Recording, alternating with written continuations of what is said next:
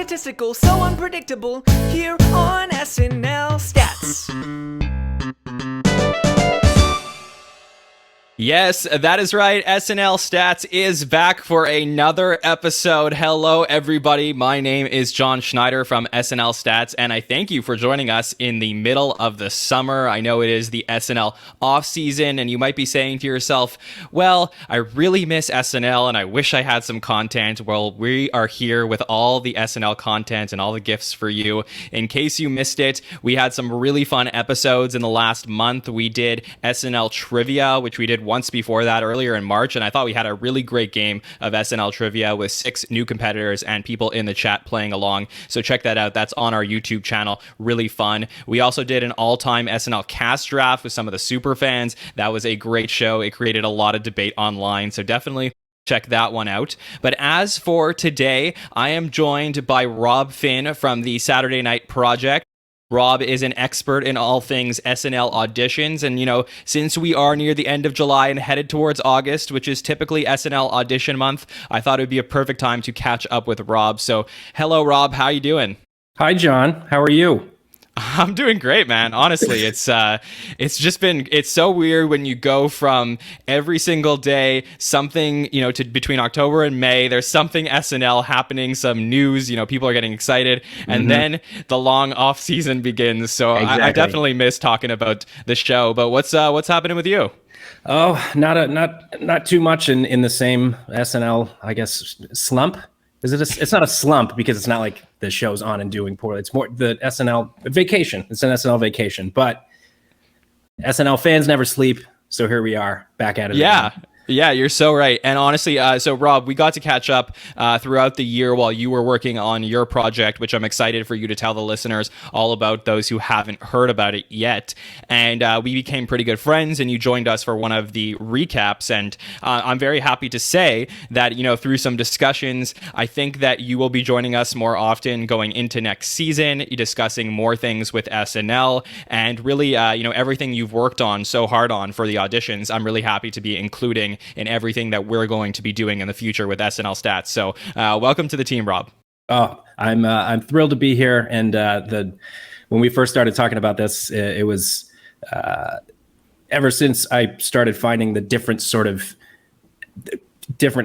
podcasts or websites and everything.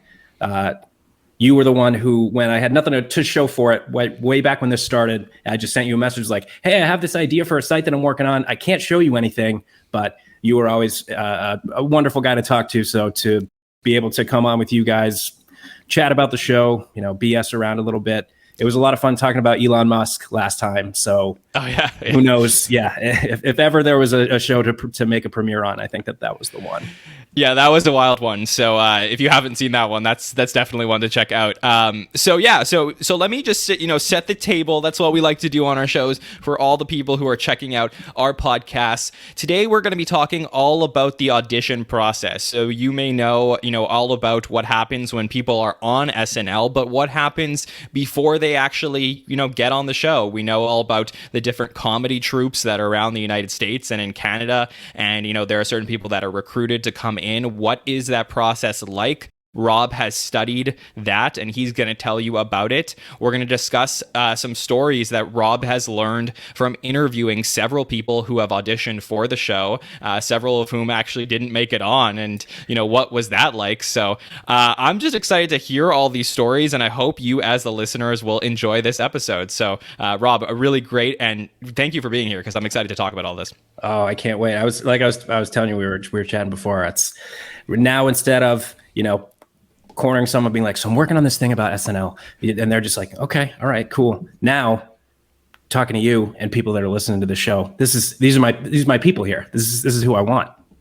Yeah, for sure. Well, look, anyone who's listening to do an SNL audition show is definitely our kind of people. So Let's talk about it. Let's talk about the audition process. So if you are an up-and-coming comedian, we always talk about how, when you're in these movies and TV shows and you are a big star, that's like the major leagues. And SNL is, in a way, is almost like the AAA, right? It's like, the level right before the big leagues. And you go on SNL, and that's like, you're really, if you make it on SNL, you're going to make it outside, you would think. Right. But then there's even lower minor league levels that people go and they practice their comedy at, and they try and get into SNL, and it's a really big deal to be called to audition. So can you tell the listeners what you know about the audition process? So I guess I'll get into that, but just in terms of the way that I even got into considering doing something like this. Yeah, tell us. I want to know. I know the date, and this will come up later, but May 8th, May 8th, 2020. I was texting with my friend right at the beginning of COVID, looking for something to do to pass the time, because we were all at home. A friend of mine and I were texting back and forth. He made a comment about, didn't Donald Glover audition for SNL in 2008, but he didn't get cast on the show?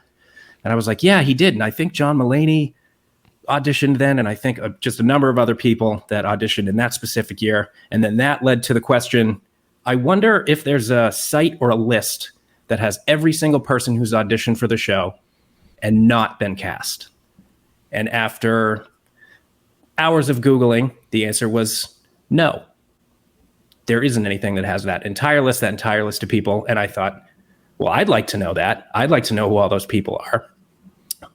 Thus began a year-long adventure to find all of the people who are well-known, somewhat well-known, and then not yet as well-known, but potentially the stars of tomorrow, who had auditioned and not joined the show. And then that grew into also including the stories from the cast members and all of their unique, fascinating tales of how they ended up there and what their audition was like and how nervous they were, how they felt about it, how they found out. And then essentially it grew to a database of SNL audition stories, more or less. And in the process of going about getting in touch with these people, learning about their stories, there's just, every time I connect with someone, there's some crazy story about how they ended up there, or who they auditioned alongside, or when they ran into Lorne Michaels at some random bar in New York City or something like that. And seemingly everyone has some sort of story like that. So the more and more that I looked into it, the more and more fascinated I was by the entire process.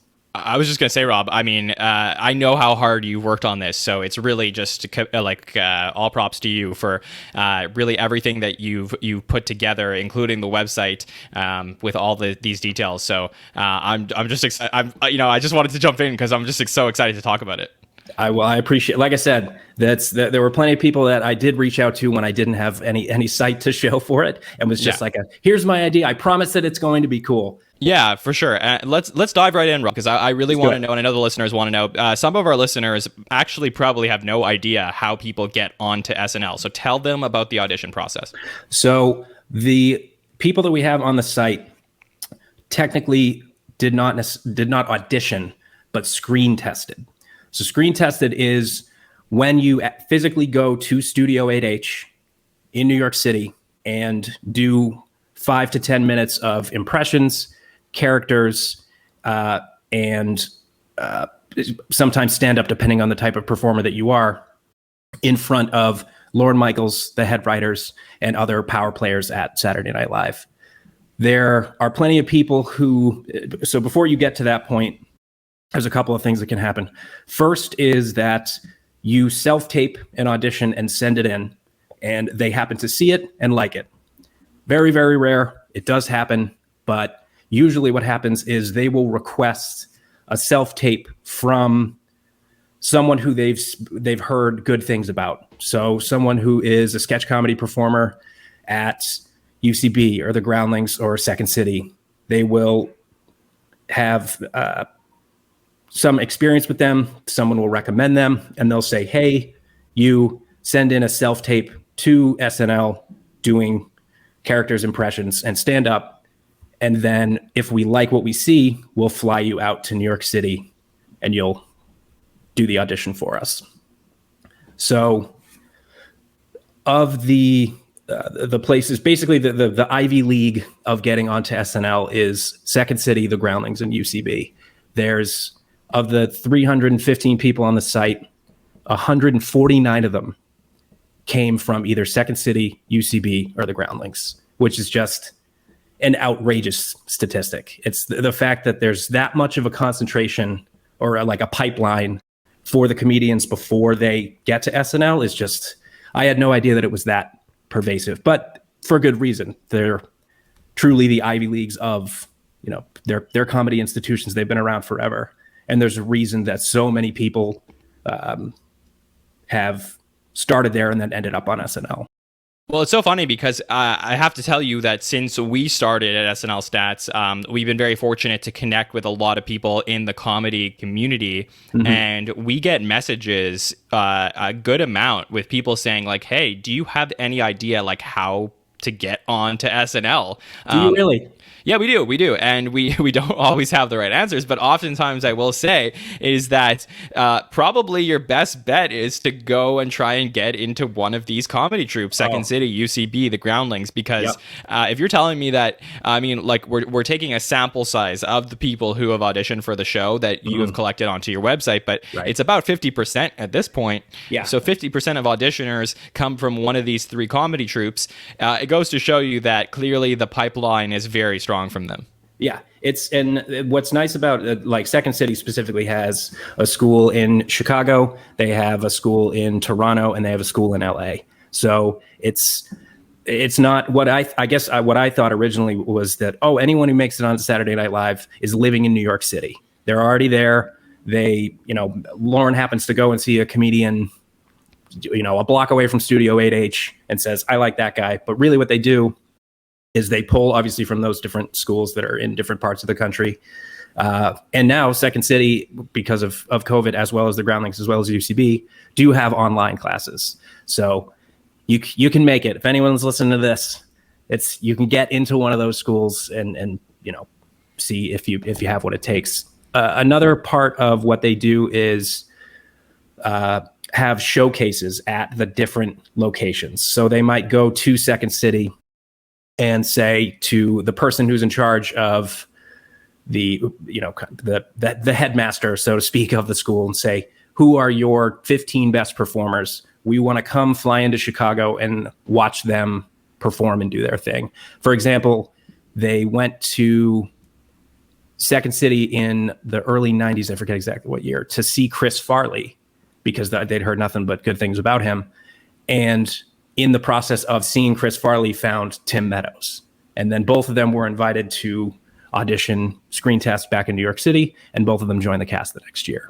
So you don't necessarily have to go to Studio 8H, you don't have to go to, you can be seen before you get to 8H, but that is the be all end all. And that is the stage that many people, very few people get to. I think it was an article with Thomas Middleditch and Matt Walsh, who were talking about, it's funny you mentioned the AAA as the comparison. They were talking about it, and it's the way I've been thinking about it, as the Olympics.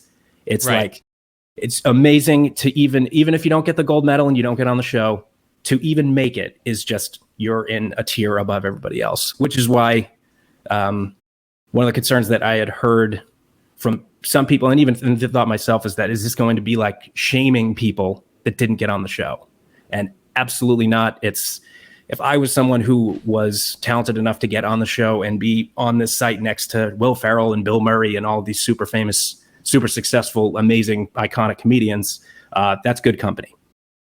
For sure. I think it's a celebration, and it's certainly achievement to get there. I mean, we were talking about these comedy troupes and whether SNL goes out there to find people or they bring people in from the comedy troupes.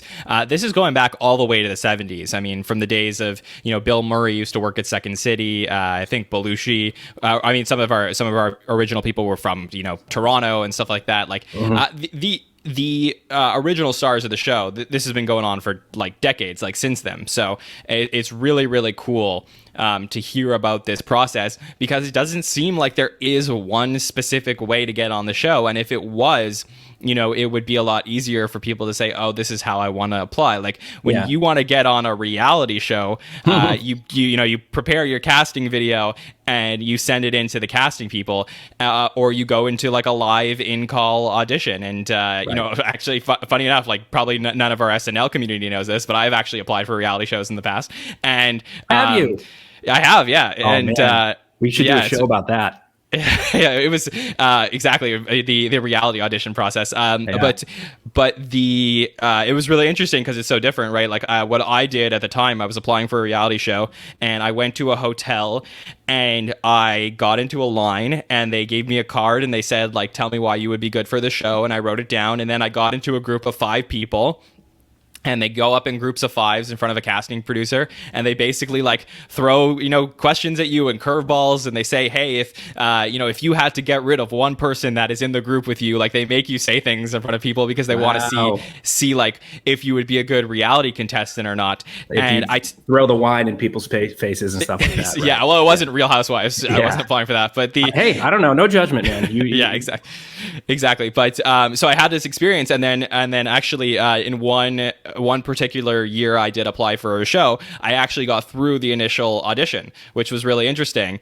And they told me, they sent me like a bunch of paperwork, and they said, hey, John, like if you want to move to the next round, you have to come like very early in the morning the next day, come to a hotel and sit in front of a camera. So I was like directly in front of a camera and a casting producer. And I did like an hour long back and forth about like who I am. And I didn't end up moving forward past there, but I guess I'm telling this story somewhat unrelated, but it's interesting for me to compare a different life, basically, in the reality sense versus SNL, which is, this is a whole other level where it's not like anybody can walk in off the street and get onto the show. You have to have some level of experience and credibility, and also you have to know people. That doesn't, that doesn't change. You got to know people in the business. It's such a overused cliche, and it's right every single time that somebody uses it. Incidentally, this was just like a couple of weeks ago that I was watching an interview with Darcy Carden, who is Janet on The Good Place, and also in Barry, she's so funny. She basically had the idea of like, how can I get as close as I can to SNL? So what she did was she saw there was like a casting call to be extras, not try out for the show, but in her mind, and this is what she says in the interview, in her mind, she was like, if I could just get there, I'll get plucked out of obscurity they'll be like, oh, she seems like she's got it. Let's bring her up here for an audition. And it's just not how it works. You have to have you don't necessarily have to be a star performer. And one of the more in-depth stories that I wanted to talk about it at some point, let's get into it. Sometimes, sure. Yeah. Actually, that'd be a good. Let's transition. So we talked about the process. Let's talk about some, firsthand stories that you have heard from people you've spoken to.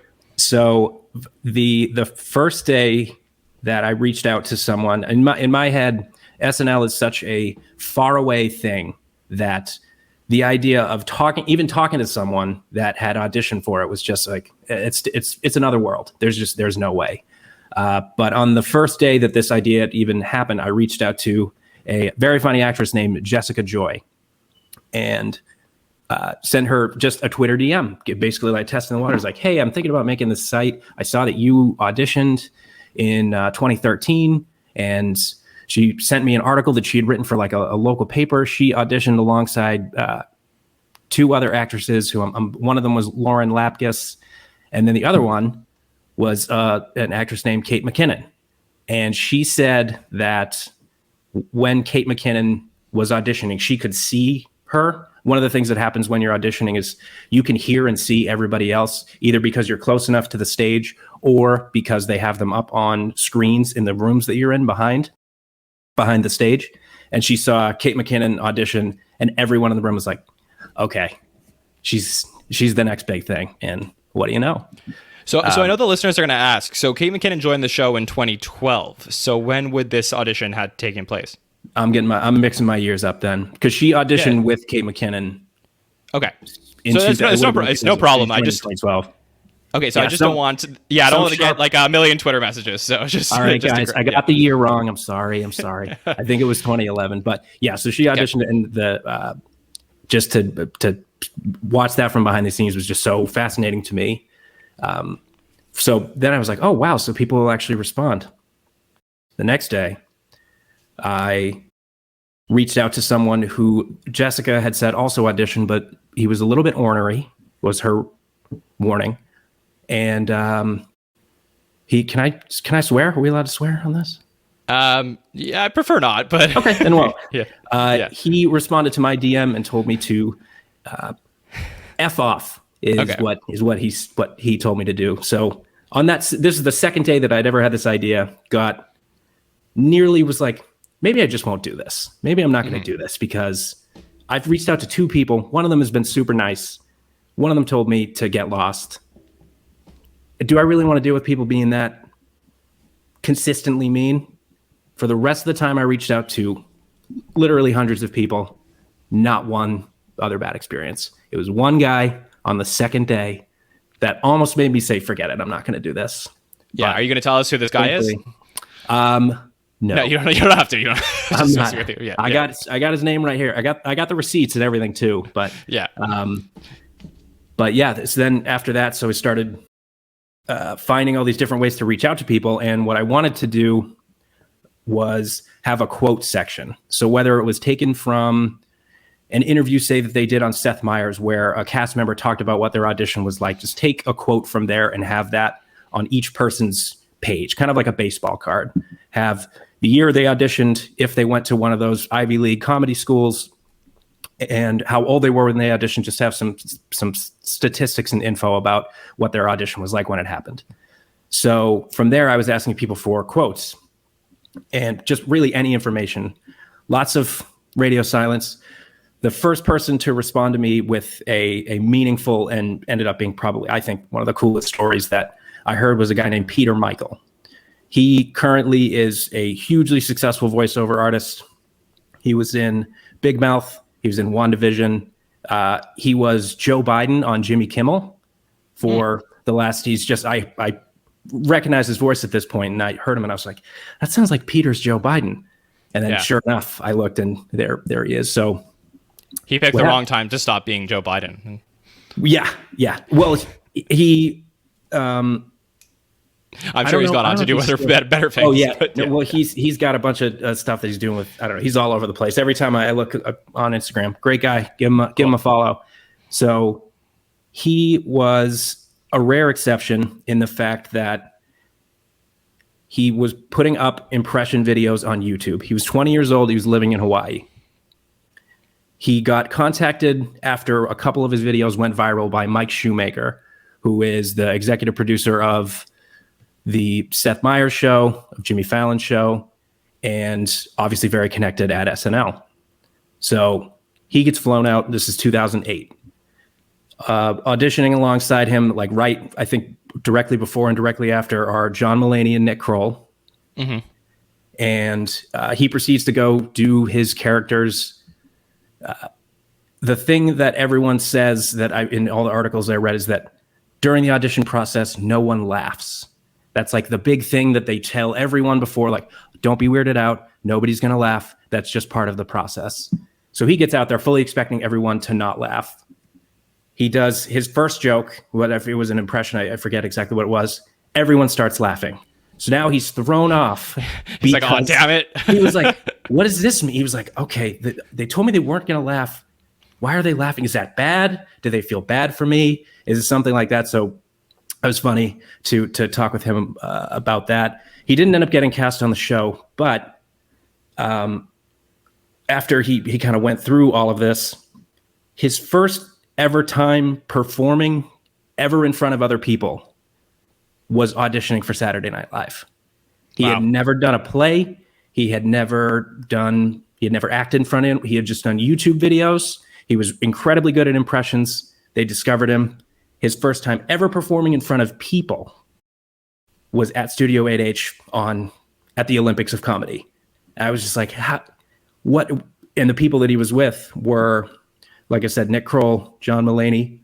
Also auditioned in that same year, 2008, was Donald Glover, Ellie Kemper, who was Aaron on The Office, or Kimmy Schmidt, TJ Miller, and all these other just like superstars now. And just as he was explaining it to me, he said 2008, and at this point I'd been collecting people for a little while. So I was like, was TJ Miller there too? Because I'm pretty sure he auditioned in 2008. He was like, oh yeah, he was there. Yeah. So the price for knowledge, I guess. And you know what's so funny about that particular year? Because I think like if you're a huge SNL fan, you're going to start thinking about like what was happening at the time. And that was I think it was probably season 33. So I think it was probably post season 33, which was a writer's strike season. And that was right when Maya Rudolph left the show. I think they had Casey Wilson join post writer strike. And I think what happened was in season 32, that was like the sickest cast, and everyone was just like on their game. But then like Amy Poehler got pregnant. They weren't sure what was going to happen into 34, and they were trying to figure out what to do.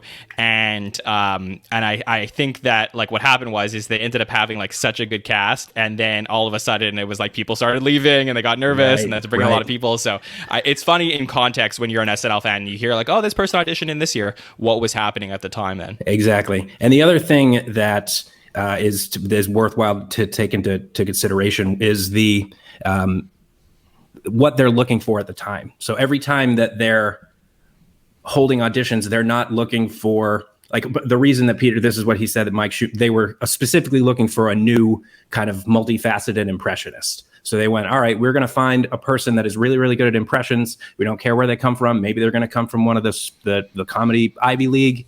But he found Peter just on YouTube after he had a couple of videos go viral. And that was enough for them to say, great, this could be our impression guy. Let's bring him out.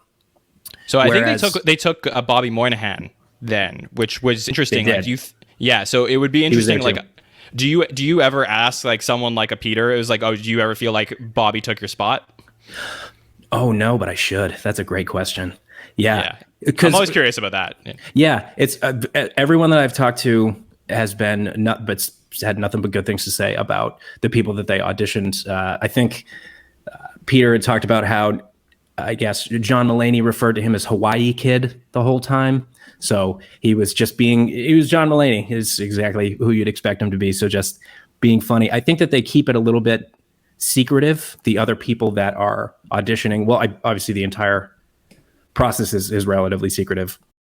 But it's just, I can't imagine the pressure and the nerves that must happen to that, especially in Peter's case, never having performed in front of people before. It's just crazy.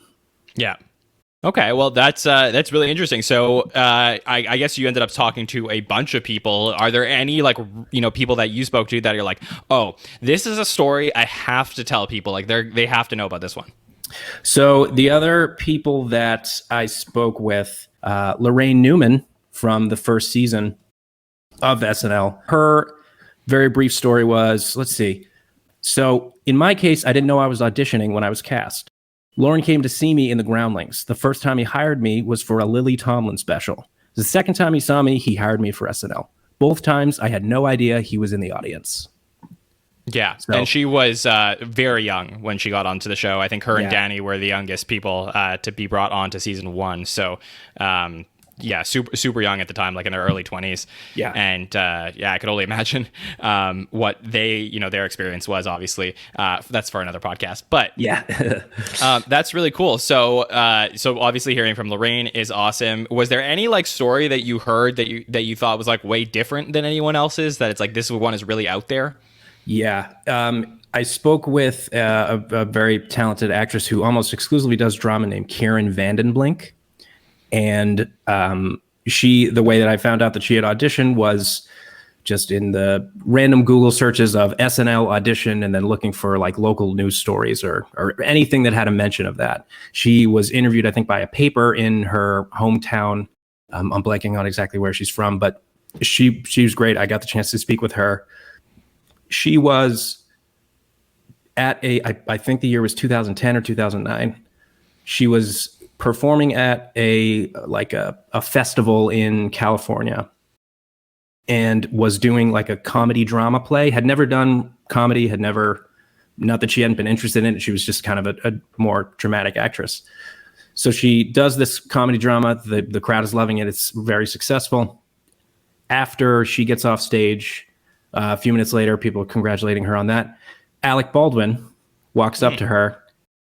She had no idea that he was there, and essentially says to her, "I thought that you were very funny. I think you would be great on Saturday Night Live."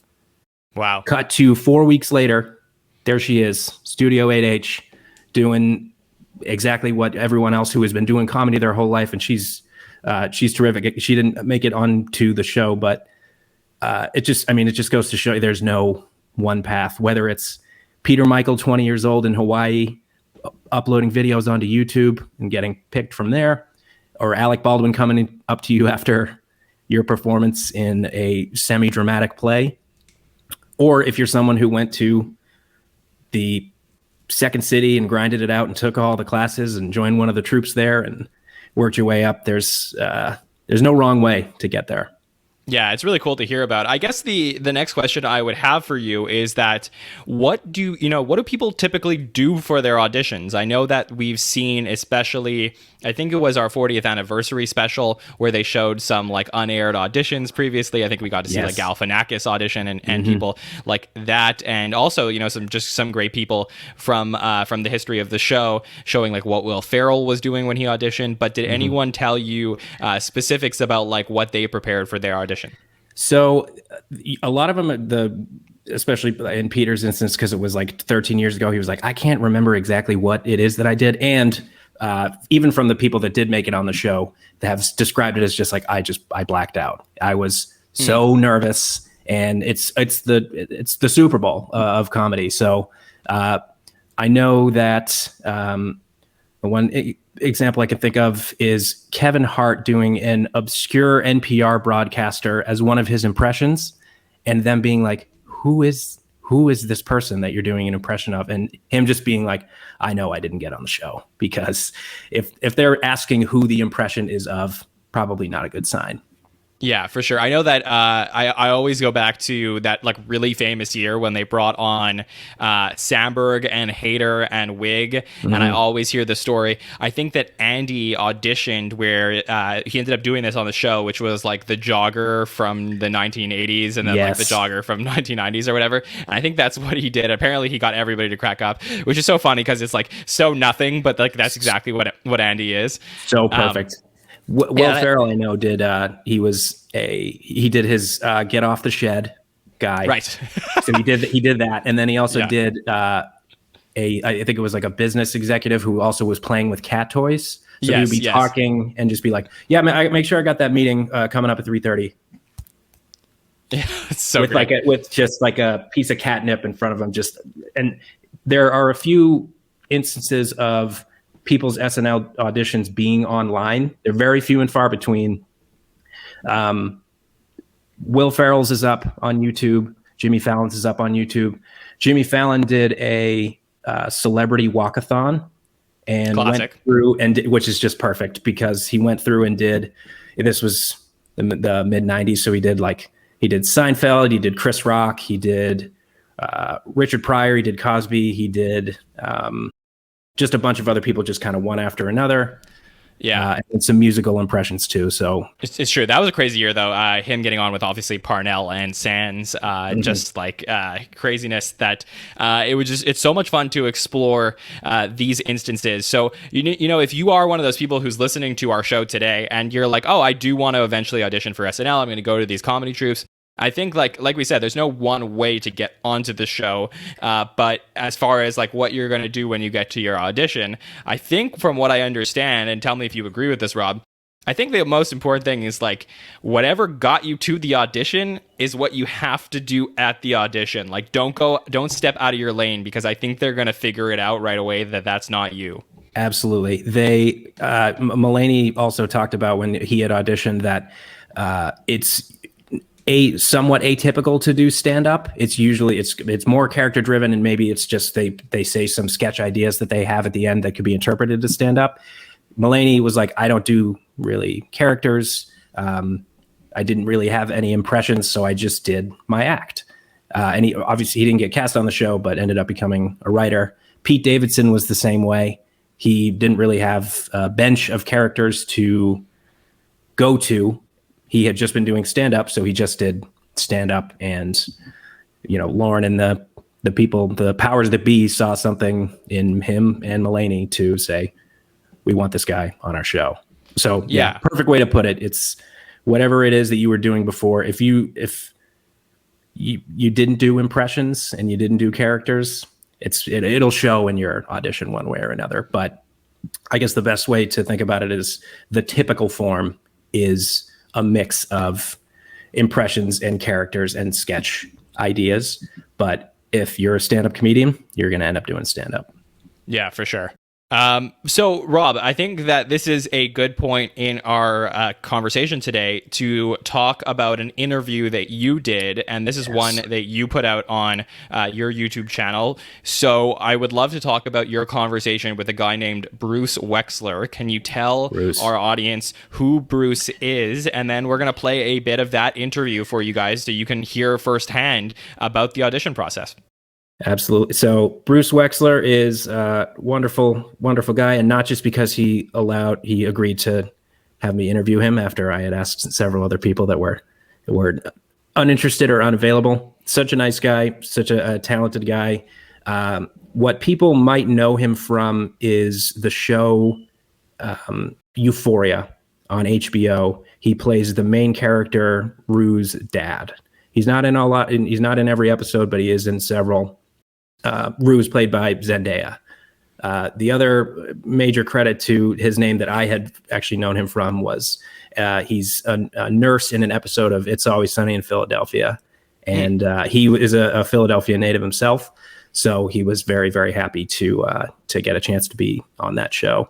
And I just today was flipping through Instagram, and he was in an ad for Spectrum Internet. So okay. I sent him a DM. I was like, I know this guy. And he was like, yep. At it again. So if your Spectrum goes out, you know who to contact. So Oh, yeah. Oh, God. I don't even want to say that. Message me if Spectrum goes out. Don't leave him alone. He's a wonderful man.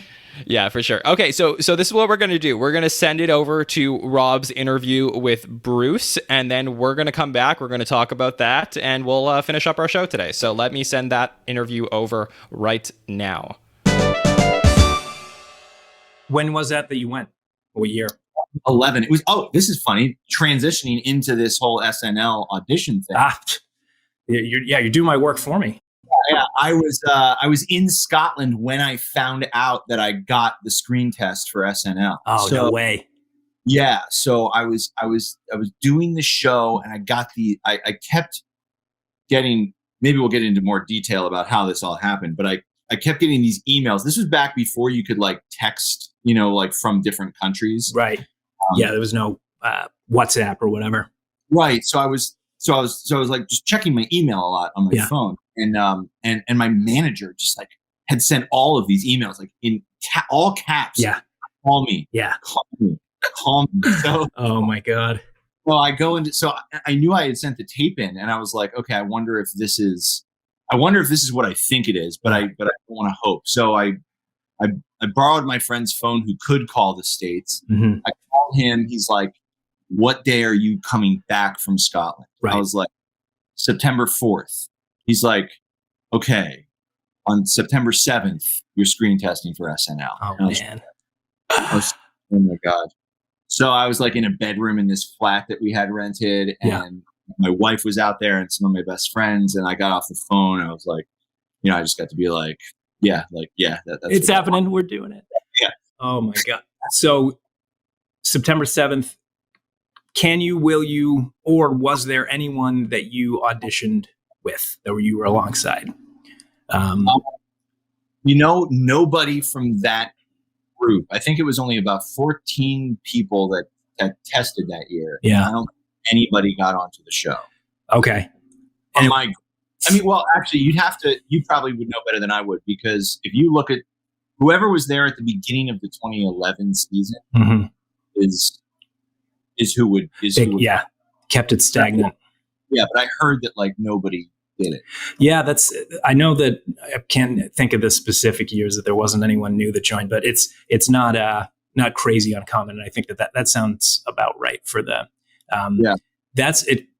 obviously not an exact science or anything, but it's interesting that there's even a whisper of there were 14 screen tests this year total.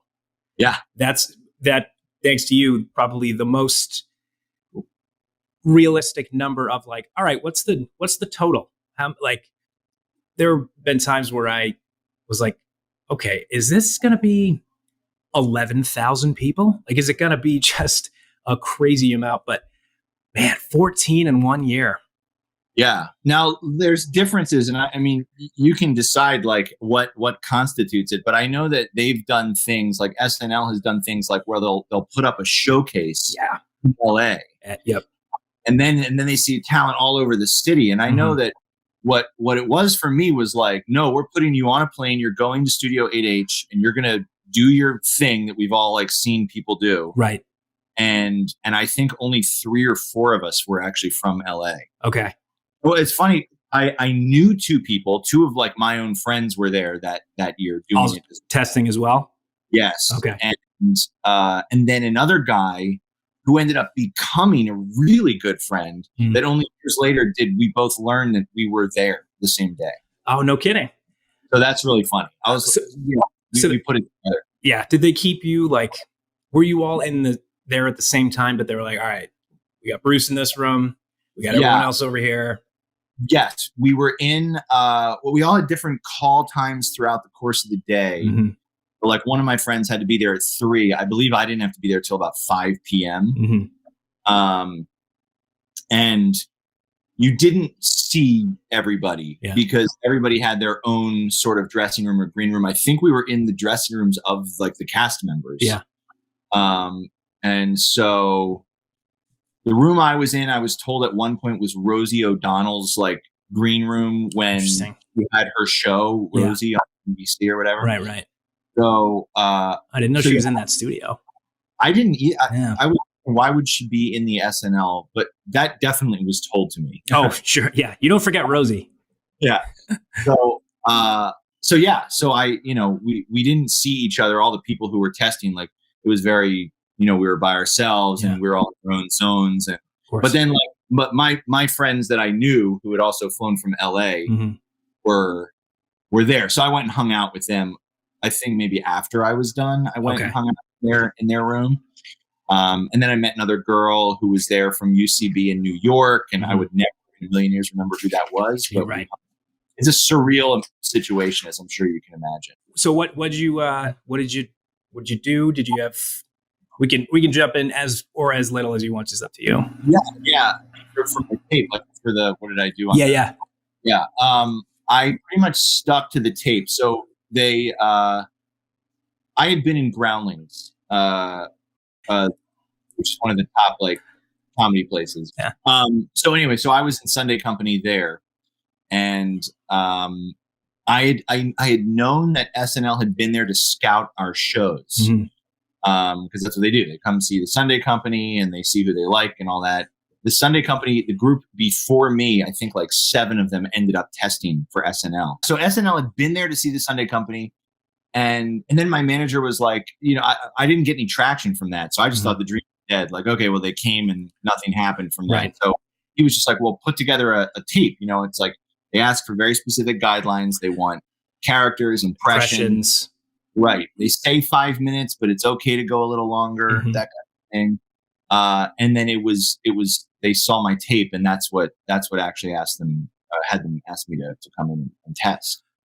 So how did you first get in? Because one thing actually, and you would probably you'll know better about this, is I'll see, say on YouTube, it'll be someone puts up a video that's my SNL audition, and it's them recording a tape. And I know it, in your case, obviously, and in the cases where you end up testing in front of everybody, it's them asking you for a tape typically, but there is an option to just sort of record it and send it and, hope they see it. Yeah, I think the way it works is if you are with the right management, they'll invite the managers to have their clients send the tapes. So they didn't reach out to me in particular and say, hey, Bruce. Like they didn't do that. It was really, they sent out the guidelines, and it was my manager who said, here's what they sent. Do you want to do this? Yeah. So then I said, yeah, sure. Yeah. So I think it's not one of those things where just anybody randomly does it. Like you have to sort of be in that Groundlings pipeline or be in the UCB pipeline. Just a place where I was like in my career and in my life that enabled me to be seen, And one of my friends, when we were in Sunday Company, one of my buddies in Sunday Company, I remember we were just kind of standing there hanging out backstage, and he's like, "Have you thought about what you're going to do for your SNL yet?" And I was like, "Whoa, getting a little ahead of ourselves, bro. Like, what do you?" I was like, "I'm not even thinking that far, Not a chance. It's mythical. It's far away. It's the Edinburgh Fringe Festival. It doesn't exist. Yeah, you just said that, and I was like, I'm not thinking that far. And then like 6 months later, I was doing it. Yeah, it's kind of amazing. Yeah. Like I said, it just the novelty will never wear off. Have you ever sent another tape in years after that, or what happened there? Yeah. So in the years after that, I sent one like every year for a while. Just didn't get much traction. Presumably because they're always like looking for something like specific. It's not just like, hey, come one, come all. It's like, we need this, this person's leaving. We need somebody to fill this role, you know? So I know pretty well what role I would fill, approaching middle-aged, like white, cis, straight male. You know what I mean? Right. So the Jason Sudeikis of the or like Beck Bennett's there now, and he's kind of like, I'm going to be the dad in every sketch. Yeah, so I'm going to have a deep voice, and Yeah, so it's like, so I know what I would like do on the show. So it pretty much, and I have management now that is somewhat friendly with the people at SNL. So it's kind of like, now it's more like targeted. Like, okay, well, if there's a real opening that I could fill, then I'm going to send a tape in. Oh, of course. Because, I know they know me. I know they like me. So that's the other thing that was so surprising to me, especially in the beginning, and still is now, is how many people, including people that got on the show, auditioned like 3 times. Do you speak with anyone that is currently on the show, or in touch with anyone, or people that you had worked with? I know Mikey Day. Okay. Because he was in Groundlings. Of course. When I was in Sunday Company. And I actually took his fish off of him when he moved to New York permanently. Oh, really? Yeah, he has his wife. I'm actually closer to his wife, and to be fair, I don't actually even know if they're like by law married. Yeah, but they're partnered. Right. They've got a little boy who's about the same age as my daughter, and so they stayed in LA while he was kind of like flying back and forth to New York. Right. They said, let's make the final move. And I went over to their house and took their goldfish. So, and then I had their goldfish for a year. That's, you gotta love things like that. Did you ever like, would you write for the show? If they say like John Mulaney auditioned and he became a writer, for example. Right. Mikey Day was a writer for like 3 or 4 years. Oh, that's right. Yeah. Before he was cast. So, my strong suit is performing. Yeah. So like, if I just don't see a point in me writing and not performing, because I'm better at performing. Like, that's just the way it is. I could not agree with you more. It's if I remember putting something together, thinking about it, well, this is for me. This is I'm not going to give this to somebody else. Yeah, and I mean, and Mikey is great at both, but I think like his genius is his writing. His genius is writing. Yeah. And I mean, even when I was in Sunday Company, that's intense. You have to write your own sketches. You have to create your own stuff. Right. So you're writing 6 days a week, and then you're performing on Sundays, and your show is on Sundays, and every week it's a new sketch show. It's very SNL-like. Yeah, it was just because it's Sunday Night Live. It is. And we had our pitches on Wednesday night, and they went into, 1, 2 a.m. It was brutal. Yeah. And it was always like, I just remember thinking like, my favorite day of the week is Sunday, because that's the day you actually get to get up on stage and go in front of the audience. All the stuff all the hell you've been putting yourself through all week is finally worth it. So that was your conversation with Bruce Wexler. It was so cool to just hear somebody talk about, their process, how they got to audition and what they did. Really thankful that you were able to give us some of that footage, Rob. Oh, absolutely. And of course, after that, I sent it to some of my friends and just like said, check this out. and one of them said, "You might want to dial it back on the fanboyness. You're kind of like freaking out a little bit." And I was like, "I regret nothing. Absolutely, it doesn't. It's still, it seems like something that just is, it's been a part of my life since I used to watch it, staying over at my aunt's house when I was like 6 years old. So, and I know on Comedy Bang Bang they talk about the two things that it doesn't compute that even someone that they know, even being in entertainment, could ever be in is SNL and Star Wars. They're just untouchables. So, yeah, to my friend, if you ever see this, I'm not gonna relax. And okay, keep well, the we don't fanboy around forever. Yeah, we don't want you to. So we're really happy that. Yeah, we're really happy that you did that. So thanks to Bruce, and that was really cool. So, if you want to see any more of that, of course, check out Rob's YouTube channel as well, where that video is up. So this is what I want to do. I know that there's a lot of myths out there about people who have auditioned on SNL. You've heard about this A-list celebrity. Did they ever audition? And we have the SNL audition expert right here to answer all of those questions. So Rob, can you tell us, give us some, pretty famous people that people may not know have actually auditioned for SNL. So I have on multiple occasions attempted to make a top 10 list, and it's just impossible. But I did pick my 10 favorite very famous people. So there are plenty of other people that could have made this, but these are the ones that stuck out to me as either just crazy that they didn't make it on the show for one reason or another, or they're very famous and I just had no idea that they had auditioned. First one in 2013 was Tiffany Haddish. Tiffany Haddish auditioned in 2013. There was a specific showcase that they had at 8H to look for the next Black female cast member. And I actually got a chance to talk with a bunch of the super funny ladies who were there. And they had told me the people that were with them. Tiffany Haddish was on that. Ended up being Sashir Zamata that joined the cast next year. But and then Leslie Jones. And then Leslie Jones, right. Did they join the same year? They did. Leslie joined a little bit later, though. Okay, yep. So yeah, Tiffany Haddish, and then today she's Tiffany Haddish. She's everywhere, and she's great. So I had no idea before doing this that she was someone who had auditioned previously. Next is this one, I would argue, is the most famous person. If you were to ask someone on the street, who's someone who auditioned for SNL that didn't get on the show, this would be who I think they would say. Jim Carrey. Yeah. Jim Carrey auditioned in the early 80s. And I read an article at one point about, I think it was Lauren or one of the other producers of the show, essentially said, SNL intends to make stars. He was already a star.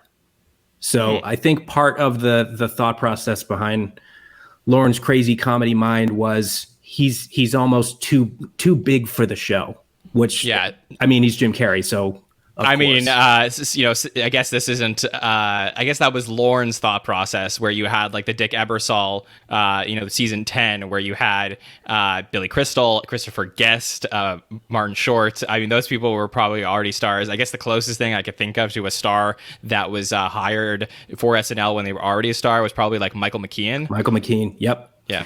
In, what was that? I think the mid-90s. And he also is the oldest person to audition, or I think maybe tied with Leslie Jones. But yeah,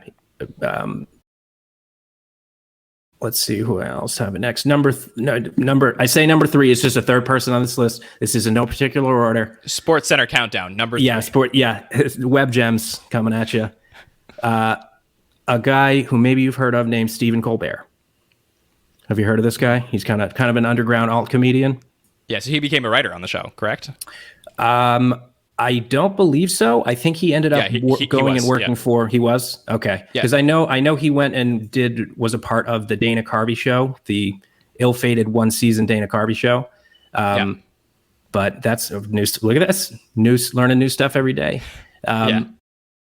So Colbert, he was so I believe if I remember the timeline correctly, he went to work for the Dana Carvey show. He then became a writer on SNL, and he also was one of the voices in the Ambiguously Gay Duo. That's right. Yeah. Yep. Oh, of course. And there was actually another person who I had talked to, a guy named Bill Chott, who had auditioned in the 90s as well and was kind of in the Dana Carvey crowd. I think he actually might have been like a featured player on the Dana Carvey show, who also voiced some like extemporaneous characters on the Ambiguously Gay Duo. Okay. And he also, for any This Is Us fans, he is the mailman. He's a fantastic guy. Next is Lisa Kudrow. Yeah. Phoebe from Friends. That was one of all the ones that I found that I thought that I had a pretty good idea of all the people that had auditioned. I thought even before I did this that I knew she is someone who was arguably one of the most famous people of the 90s. I had no idea that she had auditioned for the show. So this one I did know about, Rob, and you did. This one I knew for a while because I'm a huge Friends fan, and I was always actually pretty thankful she didn't get on the show, as talented as she is, because I worry about messing up the timeline where Friends doesn't happen in this case. Who would be Phoebe? Who would have been Phoebe? I don't. Yeah, I can't imagine that show without her either. What did you think of the reunion? I'm sure that you could dedicate an entire episode to that. Yeah, I could do. I could tell you that it was the next best thing to having new episodes of the show, which may have not have been a good thing. So I think that this was awesome. I actually just saw that they got an Emmy nomination. So I know this isn't a Friends podcast, but I will just vouch for a second and say, please. Just say that was awesome. I just had one. You ever have those moments, Rob, where you just like, okay, I need to appreciate what I'm watching right now because once it's over, it's over. That was what happened when I watched the Friends reunion. Yeah. With the same thing with the Parks and Rec and the 30 Rock reunions that they did during COVID. I was like, I might never see this again. So just enjoy it while it's here. For sure. All right, who's next? So next we got Catherine O'Hara.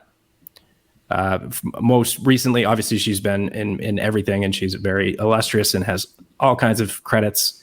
But her Schitt's Creek fame was what I got to know her best through, and she had auditioned in the 80s as well. So she actually got hired to be on SNL and then backed out. Yeah, so that is like... She decided that the stress of it was going to be I don't think she ever said too much, but then she ended up doing... did she go on to SCTV, or am I mixing it up with? No, she did. I believe she did. Yes, so she is like, she's a little bit of a trivia question about like who was an SNL cast member that was never an SNL cast member. Mm-hmm. Unfortunately, she's lumped into that like Shane Gillis category, but obviously very different situations. Oh Lord, so, yeah, well, that's a tough one. That's a tough category if that's your only companion. Don't worry, Catherine. Next, Donald Glover. He talked about it in his opening monologue when he hosted, whenever that was, doing double duty with. Mm-hmm.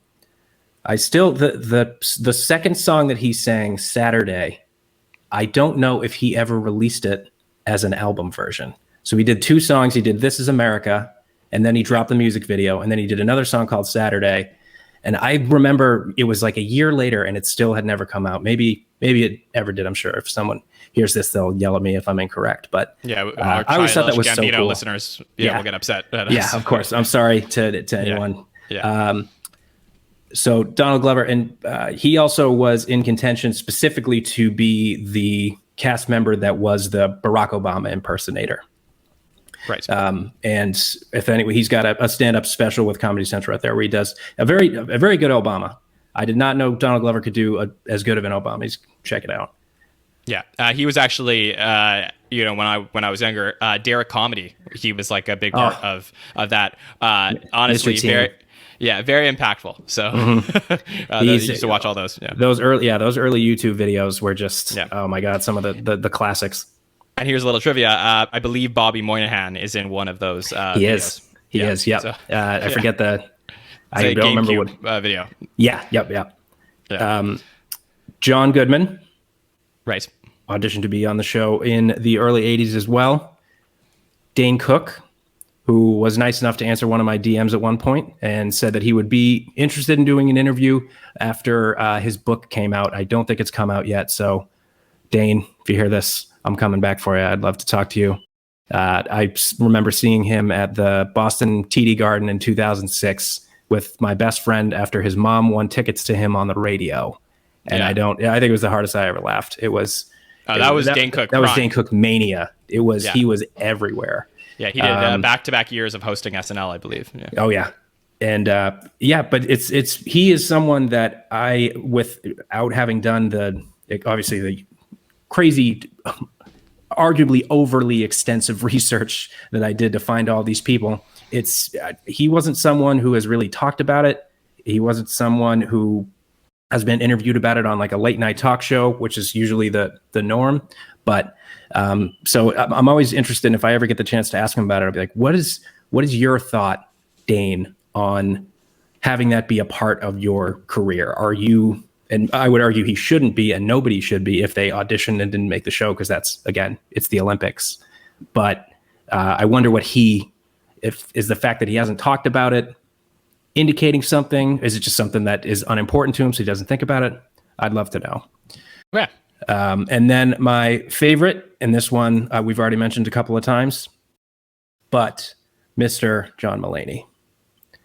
John Mulaney is my favorite comedian. I thought I had in the previous episode, I have a flag of his screaming face behind me somewhere. I wasn't able to dig that out for this one, but that was one that I actually didn't until I had started looking into this. Now he has since hosted. He's talked about it. He's joked about it that there's a YouTube video where he says he auditioned like 56 times or something like that, and they ended up making a sketch out of it. But yeah, just another person and I think I brought this up, but the 2008 lineup of people who auditioned and didn't make the show was Jordan Peele, Nick Kroll, John Mulaney, TJ Miller, Ellie Kemper, Donald Glover, and our good friend and first-time comedy performer, Peter Michael. And that's not even everybody. Yeah, that's really fascinating, Rob. There's just so many famous people that auditioned for the show. Look, I know that there are interviews that you want to continue to do with these people, and this is a passion project of yours. I'm glad that we are able to collaborate today. And then my goal, obviously, some point down the road, is to sit down with you after you've done a few more of your discussions with some of these people, and we can talk about this again. We could do a nice part 2 to talk about some other stories that you have heard and play some of those for our listeners. So I'd love to. Rob, thank you for coming on with us today to talk about your project that you've worked on. I'm looking forward to seeing how you continue to work with us over at SNL Stats and what we can do to help build the database of the SNL auditions, which is just one aspect of the show that we love. So for anybody who would like to reach out directly to you, where can people do that? So on any social media, for Twitter, we're at Saturday Night HQ. On Instagram, it's The Saturday Night Project with dots between each one of the words. And then my personal Twitter is up here. It's at Robert J. Finn. I do part of doing this has been introduced me to auditioning and doing comedy that I've always wanted to do myself too. So that's been a terrific part of this experience myself. So if you're interested in discussing this, or you have something that you think that would be great on the show, reach out to me, either of those places, and I'd love to talk. John knows I like to talk. Yeah, well, for sure. So thanks again, Rob. And thank you. If you are a listener who's checking us out in the middle of the summer, the middle of the long SNL off season, I do appreciate you guys checking us out and everything that we have going on. So if you want to keep up with everything that we're doing, we always appreciate any likes on social media, any follows. So follow us on Twitter, Instagram at SNL Stats to check out all of our content. You can find us on any podcatcher. Please make sure to subscribe there, or over on YouTube, search SNL Stats and subscribe. It really helps people find the show. So we appreciate that. And in closing, I would really like to say, as we head towards the end of July, I'm so excited for what is to come with SNL Stats. We have a lot of exciting things that we are working on for season 47. Rob knows about some of those things that I filled him in on. So I'm really excited. We're going to be expanding some of our coverage, producing some other shows that I think that you will all enjoy. But just for now, as we head toward August, we're going to be doing some coverage of some SNL adjacent shows. We have Ted Lasso coming up. We're going to be doing a show about that. So I believe season 2 of Ted Lasso, Jason Sudeikis' show, which is really wonderful. If you haven't seen season 1, go check it out. It's about a soccer team, and he's a American college football coach that goes overseas to lead a soccer team, and it's really, really funny and a really great show. Definitely catch up on season 1. That's on Apple TV, and we're going to be talking about season 2 of the show in early August, and then we're going to be talking about Brooklyn Nine-Nine, which I am so excited to talk about. That is the final season of Andy Samberg's show. We'll definitely make it happen. Yeah, we're definitely going to make it happen. That I believe is a 10 episode, really ending the series, 10 episodes. They're going to be doing 2 episodes, I think, every Thursday for 5 weeks. So we're going to be doing coverage of that as we head towards the start of season 47. So to hear about all of our shows, don't forget to check out social media, and we appreciate everybody hanging out with us tonight. So for Rob Finn, my name is Jon Schneider from SNL Stats.